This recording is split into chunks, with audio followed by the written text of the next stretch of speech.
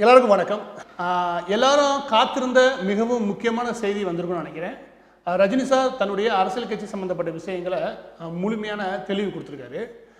இது ஒரு ரொம்பவுமே மகிழ்ச்சிகரமான செய்தி. ஆனால் அதையும் தாண்டி ரொம்பவும் பொறுப்பை உணர்த்தக்கூடிய நாளும் இதே தான்.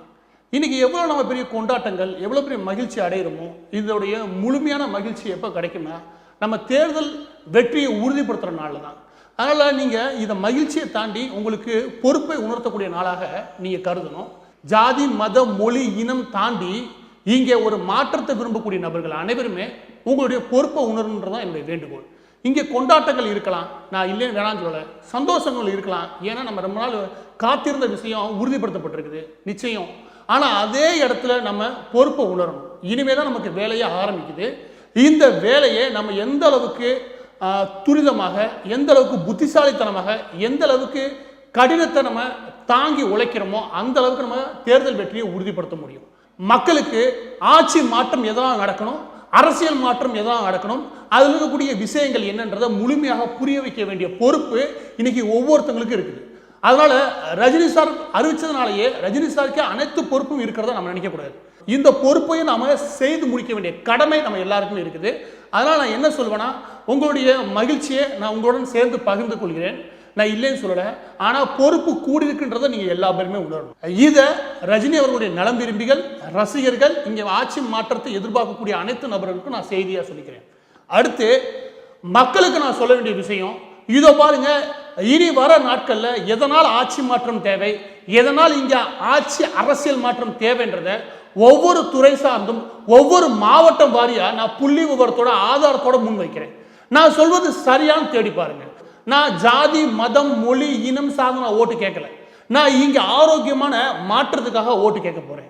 அது என்ன விதமான வளர்ச்சி திட்டங்கள் தேவை, இந்த ஒட்டுமொத்த அரசியலையும் இங்க இருக்கக்கூடிய ஆட்சி கட்டமைப்பையும் இந்த ரெண்டு திராவிட கட்சிகளும் எந்த மாதிரி சிதைச்சு வச்சிருக்காங்க, அதுல என்ன விதமான மாற்றத்தை ரஜினி அவர்கள் உருவாக்க விரும்புகிறார், என்ன விதமான வெளிப்படைத்தன்மையை உருவாக்க விரும்புகிறார் அப்படின்றத இனி வர நாட்களில் நான் ஒவ்வொரு துறை சார்ந்தும் விளக்க விரும்புகிறேன். நீங்க பொறுமையா உட்காந்து கேட்டுட்டு நாங்கள் சொல்லக்கூடிய மாற்றங்கள், அந்த மாற்ற அரசியல் இல்லையா, அது வெற்றி பெறுமா வெற்றி பெறக்கூடாதுன்றதை நீங்களே முடிவு பண்ணிக்கோங்க. ஆனால் ரஜினி அவர்கள் அரசுக்குள்ள வர்றது அவருடைய வசதிக்காகவோ அவருடைய புகழுக்காகவோ அவருடைய தேவைக்காகவோ கிடையாது. அது இங்கேயே இருக்கக்கூடிய தேவை. அந்த தேவை நம்மளுடையதுன்னு நீங்க உணரணும். அவ்வளவுதான். திரும்பவும் சொல்றேன், கொண்டாடுங்க. உண்மையிலே ஒரு மகிழ்ச்சியான செய்தி வந்திருக்கு, நீங்க கொண்டாடலாம் 100%. அதே நேரத்தில் உங்களுடைய பொறுப்பை உணருங்க. பொறுப்பை அதிகரிச்சிருக்கு. ஒவ்வொரு மணி நேரமும் ஒவ்வொரு நாளும் வீணடிக்காம களத்துல மக்கள்கிட்ட மாற்றத்துக்கான தேவையை உணர வைக்கிறது உங்களுடைய பொறுப்பு, நம்மளுடைய பொறுப்பு. அதில் களத்தில் வேலை பார்க்கணும், எப்படியான வேலை பார்க்கணும், எப்படியான திட்டமிடல் தேவைன்றதை தயவு செய்து ஒவ்வொருவரும் இந்த நிமிஷத்துலேருந்து யோசிக்க ஆரம்பிங்க. ஏன்னா மாற்றத்தையும் அரசியல் மாற்றத்தையும் ஆட்சி மாற்றத்தையும் நிகழ்த்த வேண்டியது நம்மளுடைய ஒவ்வொருவருடைய கடமை. இன்னைக்கு ரஜினி அவர்கள் வெளியிட்டிருக்கக்கூடிய அந்த ட்விட்டர்ல அந்த செய்தியில் அவர் தெளிவுபடுத்திருக்க விஷயம் என்னன்றதை உங்களுக்கு சுருக்கமாக சொல்லணும்னா, இங்கே விஓக்கு மேலே ரெவன்யூ ஆஃபீஸர், ரெவன்யூ ஆஃபீஸருக்கு மேலே டெப்டி தாசில்தார், டெப்டி தாசில்தாருக்கு மேலே தாசில்தார், தாசில்தாருக்கு மேலே district revenue officer, district revenue ஆஃபீஸருக்கு மேலே கலெக்டர். இந்த ஒட்டுமொத்த சிஸ்டம் ரெவன்யூ ஆஃபீஸர்ல ரெவன்யூ டிபார்ட்மெண்ட், அந்த வருவாய் துறைகளுக்கு மட்டும் இந்த டிபார்ட்மெண்ட்டை மட்டும் நீங்க ஆய்வு செய்யுங்க. இங்க என்ன விதமான சிஸ்டம் கெட்டிருக்குன்றதை உங்களால் உணர முடியும். இங்க ஒட்டுமொத்த ஆட்சி கட்டமைப்பையே இந்த ரெண்டு திராவிட கட்சிகளும் மோசமா கையாண்டிருக்கான. இந்த ரெண்டு அரசியல் கட்சி மாறி மாறி வந்தாலும் காட்சிகள் மாறுவதில்லை. இங்க இந்த கட்டமைப்பு மாறுவதில்லை.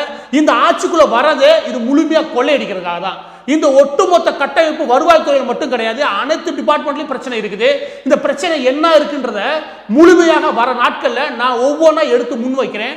ஆக இறுதியாக நான் சொல்ல வேண்டிய விஷயம் என்ன அப்படின்னா, இதுவரைக்கும் கிளப்பின பூதத்தோட பெரிய பெரிய பூதங்களை கிளப்போம். 2021 தேர்தலில் இந்த ரெண்டு திராவிட கட்சிகளையும் திணறக்கூடிய, முக்கியமாக திமுகவை திணறடிக்கக்கூடிய அனைத்து விஷயங்களையும் கிளப்புவோம்.